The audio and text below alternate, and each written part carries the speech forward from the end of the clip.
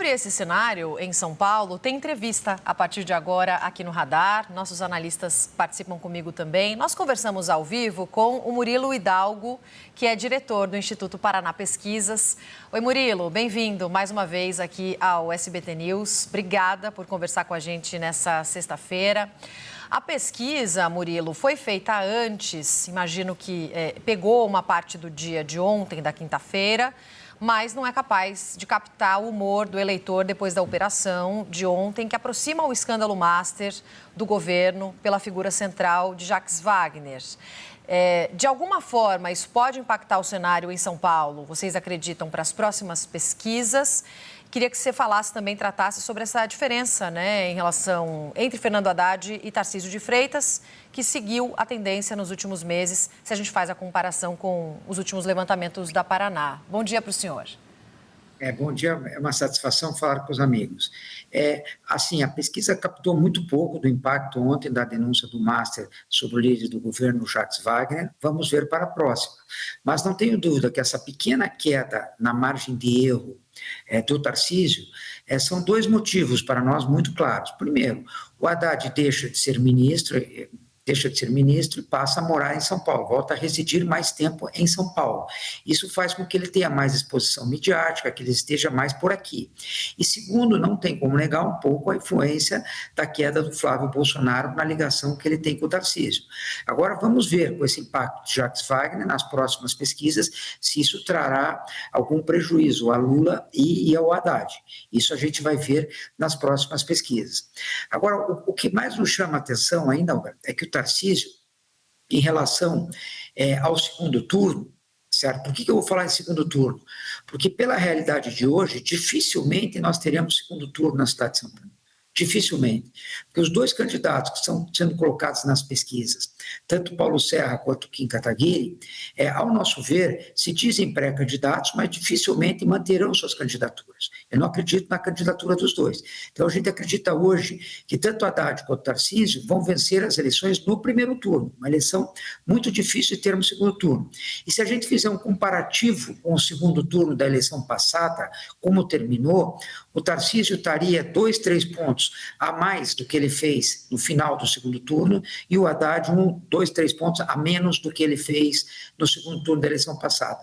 Então, o governador Tarcísio, eu te diria que nesse momento ele abriu uma vantagem em relação a como terminou há 3 anos e meio atrás. Sim, a nossa analista Vitória Bel citou agora há pouco uma movimentação dos eleitores mais jovens. Houve, de fato, uma mudança desse eleitor mais jovem, seguindo para o caminho do governador Tarcísio de Freitas? O que explicaria isso, Hidalgo?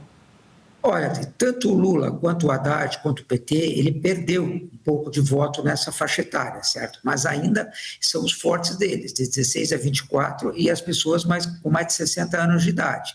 Agora, é difícil a gente falar assim, pesquisas qualitativas, os reais motivos dessa queda, mas com certeza o Tarcísio cresceu nessa faixa etária. A Vitória Bel está com a gente, tem pergunta para o senhor também. Fala, Vitória. A minha dúvida é em relação justamente a essa projeção de vitória no primeiro turno que o senhor mencionou, que muito provavelmente pode acontecer na campanha ao governo de São Paulo. E daí o senhor menciona que se um dos candidatos aí dá de uma terceira via, uma terceira opção, ou Paulo Serra ou Kim Kataguiri, se eles permanecerem, aí sim poderia se configurar um segundo turno. Qual é o público que vocês estão enxergando que Kim Kataguiri e Paulo Serra conseguem captar e que poderiam justamente ser um público decisivo para levar a um segundo turno, para levar o São Paulo para um segundo turno entre Haddad e Tarcísio de Freitas?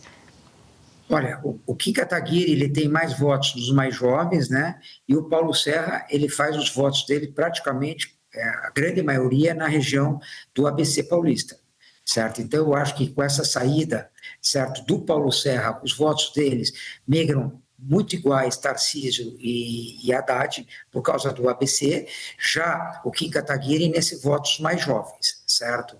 Então, esse é o público deles hoje. O Kim Kataguiri, com quase 70% dos votos dele, indo a Tarcísio de Freitas. E Ander Porcela, sua pergunta, por favor.